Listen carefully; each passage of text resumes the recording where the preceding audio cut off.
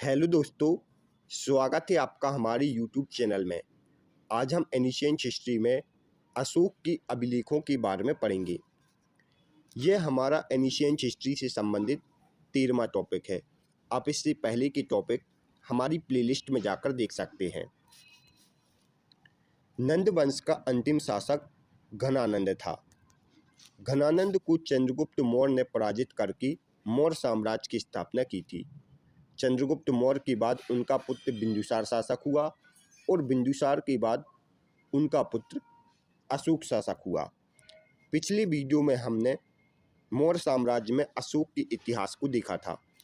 आज की वीडियो में हम मौर्य साम्राज्य में अशोक की अभिलेखों को पढ़ेंगे। सबसे पहले हम यह जानेंगे कि अभिलेख क्या है।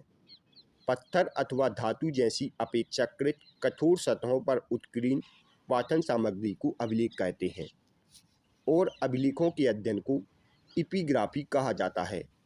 अभिलेखों के अध्ययन को क्या कहा जाता है? एपिग्राफी।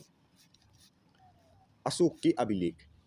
भारत में अभिलेखों का प्रचलन सर्वप्रथम अशोक ने करवाया था और अशोक को अभिलेखों की प्रेरणा ईरानी शासक डेरियस से प्राप्त हुई थी।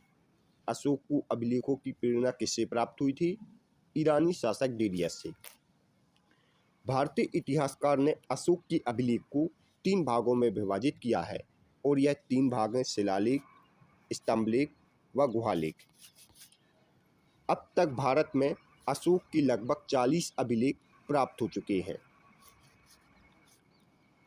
अशोक की अभिलेख को 3 भागों में बांटा गया है। यह 3 भाग कौन कौन से हैं? यह है शिलालेख, स्तंभलेख और गुहालेख। शिलालेख क्या है? बड़े पत्थरों पर लिखे गए लेख को शिलालेख कहा जाता है। स्तंभों पर लिखे गए लेख को स्तंभलेख कहा जाता है और गुफा के अंदर लिखे गए लेख को गुहालेख कहा जाता है।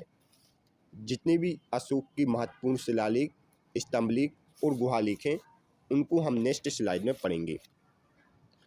अशोक की अभिलेख की सर्वप्रथम खोज 1750 में पांडेरी फेंटलीर ने की थी और इनको पढ़ने में सर्वप्रथम सफलता प्राप्त जेम्स प्रिंसेप ने प्राप्त की थी। अशोक के अभिलेख की सर्वप्रथम खोज किसने की थी? पांडेली फेंटलीर ने, और इनको पढ़ने में सबसे पहली सफलता प्राप्त जेम्स प्रिंसेप ने की थी। अशोक की अभिलेख प्राकृतिक भाषा में लिखे गए हैं, जबकि इनकी लिपि अलग अलग है। जैसे अशोक के जितने भी अभिलेख अफगानिस्तान से प्राप्त हुए हैं, उनकी लिपि ग्रीक व अरमाइक थी और इस लिपि को यूनानी लिपि भी कहा जाता है। अशोक की जो भी अभिलेख पाकिस्तान से प्राप्त हुए हैं, उनकी लिपि खरोष्टी थी और खरोष्टी लिपि दाएं से बाईं ओर लिखी जाती है, जबकि अशोक के जो भी अभिलेख भारत से प्राप्त हुए हैं, उनकी लिपि ब्राह्मी थी और अशोक की ज़्यादातर अभिलेख ब्राह्मी लिपि में लिखे गए हैं। अशोक की अभिलेखों की भाषा क्या थी? प्राकृतिक, जबकि उनकी लिपि अलग अलग थी। जैसे श्रीलंका का अनुराधापुर से प्राप्त अभिलेख की लिपि ब्राह्मी थी। पाकिस्तान की मानसहरा से प्राप्त अभिलेख की लिपि खरोष्टी थी। पाकिस्तान की शहबाजगढ़ी से प्राप्त अभिलेख की लिपि खरोष्टी थी, जबकि तक्षशिला व लद्दामान अभिलेख और कंधार का सार ई कोहिना की लिपि अरमाइक लिपि थी। ये कुछ अभिलेख हैं जिनकी लिपि आपको याद रखना है। अब हम अशोक के गुहालेख, स्तंभलेख और शिलालेखों को देखेंगे। सबसे पहले हम अशोक की गुहालेख को पढ़ेंगे। गुहालेख क्या है? गुफा के अंदर लिखे गए लेखों को गुहालेख कहते हैं। अशोक ने बराबर की पहाड़ियों में 4 गुहालेख बनवाए थे, जिनका नाम है कर्ण, चौपार, सुदामा व विश्वझोपड़ी। बराबर की पहाड़ियों का वर्तमान नाम खलवर्तक पर्वत है और यह वर्तमान में बिहार में स्थित है। और अशोक की गुहालेखों की लिपि कौन सी थी? ब्राह्मी। गुफा के अंदर लिखे गए लेखों को गुहालेख कहते हैं और अशोक ने बराबर की पहाड़ियों में 4 गुहालेखों का निर्माण करवाया था, जिनका नाम कर्ण, चौपार, सुदामा व विश्वझोपड़ी था। यह चारों गुहालेख खलीवार्तक पर्वत में स्थित हैं, जो कि बिहार राज्य में स्थित है, और इन गुहालेखों की लिपि ब्राह्मी है। अब हम अशोक के स्तंभ लेखों को पढ़ेंगे। जो भी अभिलेख स्तंभों पर लिखे जाते हैं उन्हें स्तंभ लेख कहा जाता है। और स्तंभ लेख भी दो प्रकार के होते हैं, एक होता है दीर्घ स्तंभ लेख और दूसरा होता है लघु स्तंभ लेख। जो भी अभिलेख स्तंभों पर लिखे जाते हैं उन्हें स्तंभ लेख कहते हैं। स्तंभ लेख दो प्रकार के होते हैं, एक दीर्घ स्तंभ लेख और एक लघु स्तंभ लेख। सबसे पहले हम दीर्घ स्तंभ लेख को पढ़ेंगे। अशोक की कुल 6 स्थानों से दीर्घ स्तंभ लेख प्राप्त हुए हैं, और इन छह दीर्घ स्तंभ लेख में 7 प्रकार के आदेश लिखे गए हैं। यह दीर्घ स्तंभ लेख कहाँ कहाँ से प्राप्त हुए हैं? यह हैं दिल्ली मेरठ दीर्घ स्तंभ लेख, दिल्ली टोपरा, प्रयाग स्तंभ लेख, रामपुरवा, ओरिया अरेराज और ओरिया नंदगढ़ दीर्घ स्तंभ लेख। दिल्ली मेरठ स्तंभ लेख उत्तर प्रदेश की मेरठ से प्राप्त हुआ था और इसकी खोज स्टीफेन टेलर ने की थी। दिल्ली टोपरा स्तंभ लेख हरियाणा के अंबाला से प्राप्त हुआ था और इसकी खोज कैप्टन पोलियर ने की थी। प्रयाग स्तंभ लेख उत्तर प्रदेश के कौशाम्बी से प्राप्त हुआ था और इसकी खोज टी.एस. वर्थ ने की थी। रामपुरवा, ओरिया अरेराज और ओरिया नंदगढ़ बिहार के चंपारण से प्राप्त हुआ था। रामपुरवा स्तंभ लेख की खोज कार्यालय ने 1872 में की थी और लोरिया नंदगढ़ में मोर का चित्र बनाया गया है। लोरिया नंदगढ़ बिहार की चंपारण से प्राप्त हुआ था और इसमें खास क्या है, इसमें मोर का चित्र बना हुआ था। यह है अशोक की दीर्घ स्तंभ लेख, इसके बारे में आपको याद रखना है। इसके अलावा कुछ अशोक के लघु स्तंभ लेख भी थे। यह कौन कौन से हैं? अशोक के लघु स्तंभ लेख हैं सांची स्तंभ लेख, सारनाथ स्तंभ लेख, रुमुंदुई स्तंभ लेख और निगाली स्तंभ लेख। सांची स्तंभ लेख मध्य प्रदेश की रायसेन से प्राप्त हुआ था और इसमें महापात्रों की बात की गई है। सारनाथ लघु स्तंभ लेख उत्तर प्रदेश की वाराणसी से प्राप्त हुआ था। इस स्तंभ लेख से ही हमारा राष्ट्रीय चिन्ह लिया गया है और इसी से गोल चक्र लिया गया है और इसकी खोज किसने की थी? आर्यन स्टाइन ने 1905 में। रुमुंदुई स्तंभ लेख नेपाल के तराई क्षेत्र से प्राप्त हुआ था और इसे आर्थिक अभिलेख भी कहा जाता है क्योंकि इसमें अशोक ने कुछ क्षेत्रों को कर मुक्त करने की बात कही थी।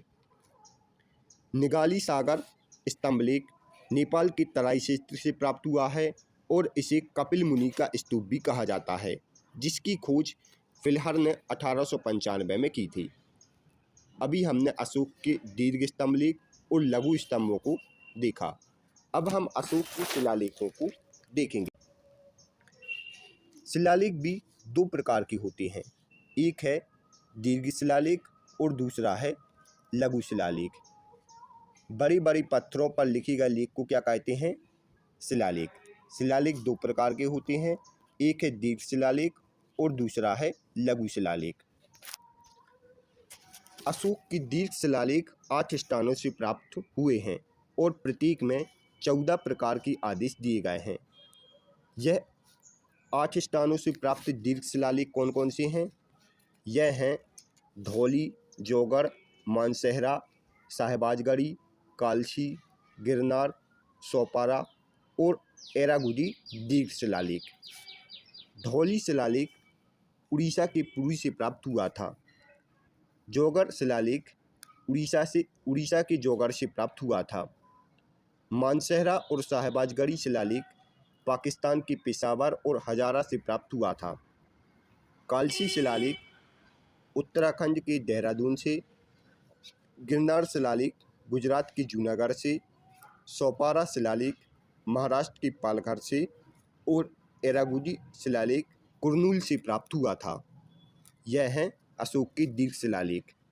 अशोक के दीर्घ शिलालेख 8 स्थानों से प्राप्त हुए हैं और इन 8 शिलालेख में 14 आदेश दिए गए हैं। लेकिन धौली और जौगड़ शिलालेख हैं उनमें 11वां, 12वां और 13वां आदेश नहीं दिया गया है। अर्थात 11वां, 12वां और 13वां आदेश की जगह कुछ और दिया गया है। जबकि जो पाकिस्तान से प्राप्त शिलालेख हैं उनकी लिपि खरोष्टी है। यह आपको याद रखना है। यह कुछ विशिष्ट अभिलेख हैं। अब हम जो आदेश दिए गए हैं शिलालेख में उनको देख लेते हैं। अशोक के दीर्घ शिलालेख 8 स्थानों से प्राप्त हुए हैं और प्रत्येक में 14 प्रकार के आदेश दिए गए हैं। यह आदेश कौन कौन से हैं? पहला आदेश है पशुबल की निंदा करता है। दूसरे आदेश में बताया गया है कि चिकित्सा व्यवस्था का उल्लेख किया गया है।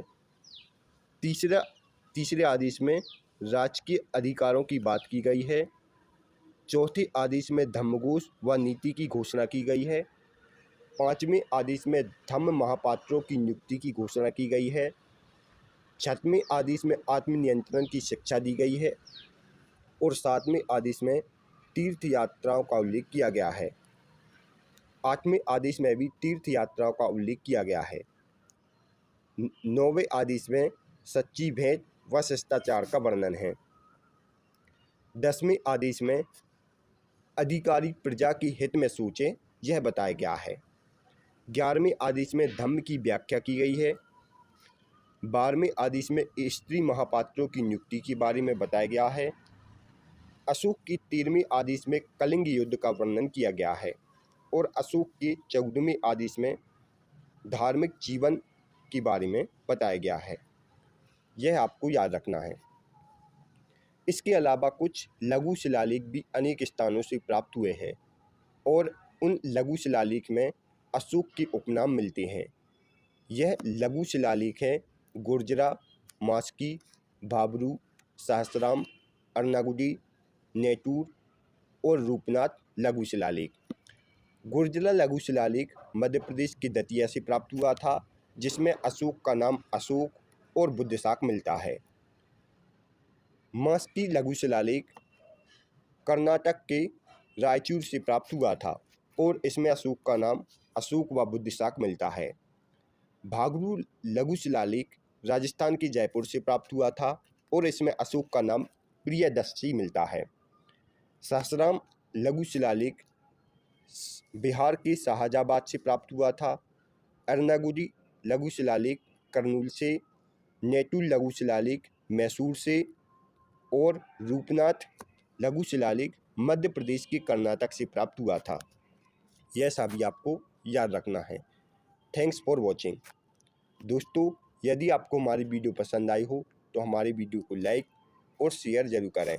इसके साथ ही हमारे चैनल को सब्सक्राइब करें। आप हमारी इस वीडियो से रिलेटेड PDF को हमारे टेलीग्राम ग्रुप से डाउनलोड कर सकते हैं, जिसका लिंक डिस्क्रिप्शन में दिया गया है।